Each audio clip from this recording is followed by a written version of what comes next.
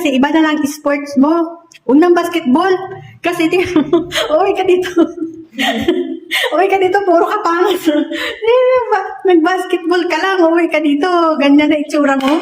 Yan ang aking gagawin. Chris, Yung itsura mo, oh. Tingnan niyo yan. Nag-basketball lang. Uwi dito, ganyan na itsura.